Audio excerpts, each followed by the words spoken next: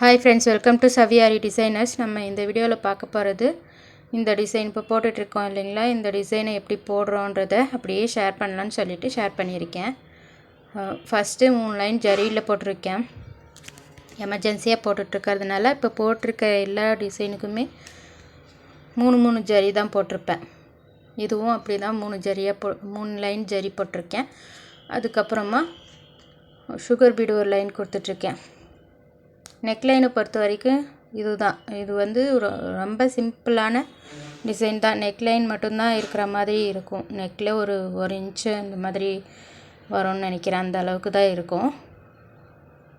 1லேருந்து 1.25 inch அந்த அளவுக்கு தான் ஒர்க்கு இருக்கும். ரொம்ப சிம்பிளான ஒர்க்கு தான். ஆனால் ஜர்தோசி யூஸ் பண்ணியிருக்கேன். ஈஸியாக பிகினர்ஸாக இருந்தாலும் கூட ஈஸியாக போட்டுடலாம். ஜர்தோசி ஹேண்டில் பண்ண தெரிஞ்சால் மட்டும் போதும். சுகர் பீடு போட்டுட்டு அதுக்கப்புறமா சென்டரில் ஒரு பெரிய பீடு வச்சுட்டு அதுக்கப்புறம் அதை விட சின்ன சைஸ் பீடு வச்சு 7 பீடு வச்சு சர்க்கிள் போட்டிருக்கேன். இது பெருசு, இது சுற்றி இருக்கிறது ஃபுல்லாக சின்னது. அந்த சின்னதை வச்சு தான் இந்த ஒரு பீடையும் போடுறேன். இந்த இடத்துல கேப்பில் 1 மட்டும் போட்டால் போதும். போட்டுட்டு திருப்பி அதே மாதிரி பெரிய பீடு தெரியுதுங்களா, ஒரு சைஸ் பெரிய பீடும் ஒரு சைஸ் சின்ன சைஸில் இருக்கிற மாதிரியும் எடுத்துட்டு அந்த பெரிய பீடை உள்ளே வச்சுட்டு இந்த மாதிரி சர்க்கிள் போட்டுக்கிறேன். அந்த சுகர் பீடுக்கும் அந்த பெரிய பீடுக்கும் கேப்பில் அந்த சின்ன பீடு இருக்கிற மாதிரி வச்சு ஒர்க்கு போட்டுக்கலாம். ஃபஸ்ட்டு அந்த பெரிய பீடை ஸ்டார்ட் பண்ணிக்கணும். அதுக்கப்புறமா இதை சுற்றி சுகர் பீடை கொடுத்து அந்த பெரிய பீடில் நம்பர் 3 சைஸ் ஓகேங்களா.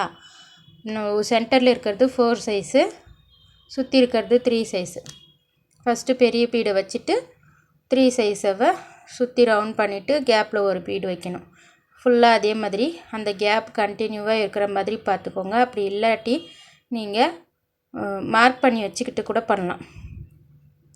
ரெண்டுத்துக்கும் கேப்பு இவ்வளோன்ற மாதிரி ஒரு 1.25 இன்ச்சு விட்டிங்கன்னா கரெக்டாக இருக்கும்னு நினைக்கிறேன். பெரிய பீடுக்கும் கேப்பு. அதுக்கப்புறமா அந்த சென்டரில் ஒரு பீடு வச்சோம் இல்லைங்களா, அதோடைய கேப்பில் ஜர்தோசியை வச்சு இந்த மாதிரி லூப் போடுறோம். கரெக்டாக ஒரே அளவாக இருக்கிற மாதிரி கட் பண்ணிக்கோங்க. ஜர்தோசியை ஒரே அளவாக கட் பண்ணிக்கிட்டு இந்த மாதிரி கொடுத்துட்டு வந்தீங்கன்னா லூப் க்ரியேட் ஆகும். இதுக்கு கேப்லையும் ஒரு சின்னதாக ஒரு 1/4 இன்ச்சு அதுக்கும் கம்மியாக இருக்கிற மாதிரி ஒரு ஸ்ட்ரெயிட்டு ஜர்தோசி வைக்கிற மாதிரி இருக்கும். அப்படி வைக்கும்போது நம்மளுக்கு அந்த இடத்துல மேலே லூப்புக்கு மேலே ஒரு சின்ன லாக் போடுறேன் இல்லைங்களா, அது போட வேண்டியது இல்லை. அப்படின்ட்டு விட்டுறாமல் அந்த சின்ன லாக்கையும் போட்டுட்டோன்னா நமக்கு அந்த ஜர்தோசி தூக்குன மாதிரி இல்லாமல் கிளாத்தோட ஃபிக்ஸ் ஆகி இருக்கும். நீங்கள் அப்படியே இப்போ போடுறேன் பாருங்கள், அதை தான் சொல்கிறேன். இதை வந்து அந்த லூப்பை போட்டு அதுக்கு மேலே அப்படியே போட்டிங்கன்னா ஜர்தோசி அடியில் இருக்கிற அந்த லூப் வந்து தூக்கின மாதிரி இருக்கும். அதுவே அந்த மாதிரி லாக் போட்டுட்டு அதுக்கு மேலே இந்த மாதிரி ஸ்டிச்சு அந்த ஜர்தோசி வச்சிங்கன்னா நீட்டாக நமக்கு அது ஃபிக்ஸ் ஆகி வரும். ஜர்தோசி வந்து கிளாத்தோட ஃபிக்ஸ் ஆகிருக்கும். இப்போ பக்கம் காட்டுறேன் பாருங்கள். ஜர்தோசி போட்டுட்டு அந்த லூப் ஃபிக்ஸ் பண்ணிவிட்டு அந்த லூப் எந்த இடத்துல எண்ட் ஆகுதோ அந்த இடத்துல நீடில் போட்டு உள் சைட்லேருந்து நீடில் எடுத்து வெளி சைடில் ஒரு லாக் போட்டுக்கிறேன். உள் சைடில் இருந்து நீடில் குத்தி எடுத்து எந்த லென்த் வேணுமோ அந்த அளவுக்கு இருக்கிற மாதிரி பார்த்துக்கோங்க. அந்த ஜர்தோசி எந்த லென்த்தில் இருக்கோ அந்த லென்த்தில் தான் நம்ம அந்த லாக்கு போடணும்.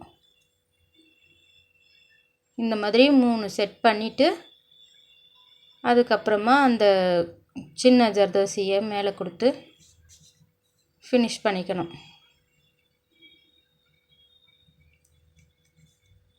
ஒரு சிலது பார்த்திங்கன்னா அந்த லூப்பே கூட பெருசு சின்னதமாக வந்திருக்கு. அது ஒரே ஈக்குவலாக கட் பண்ணலனா தான் அந்த மாதிரி பிரச்சனை வரும். ஒரே ஈக்குவலாக கட் பண்ணிவிட்டு போட்டிங்கன்னா கரெக்டாக வரும். அதே மாதிரி இந்த லூப்புக்கு மேலே கொடுக்குறோம் இல்லைங்களா, அதுவும் அந்த லூப்புக்கு ஏற்ற மாதிரி லென்த் இருக்கிற மாதிரி வச்சு செலக்ட் பண்ணி கொடுங்க, சரிங்களா. இதே மாதிரி ஃபுல் கேப்புக்கும் போட்டுக்கலாம்.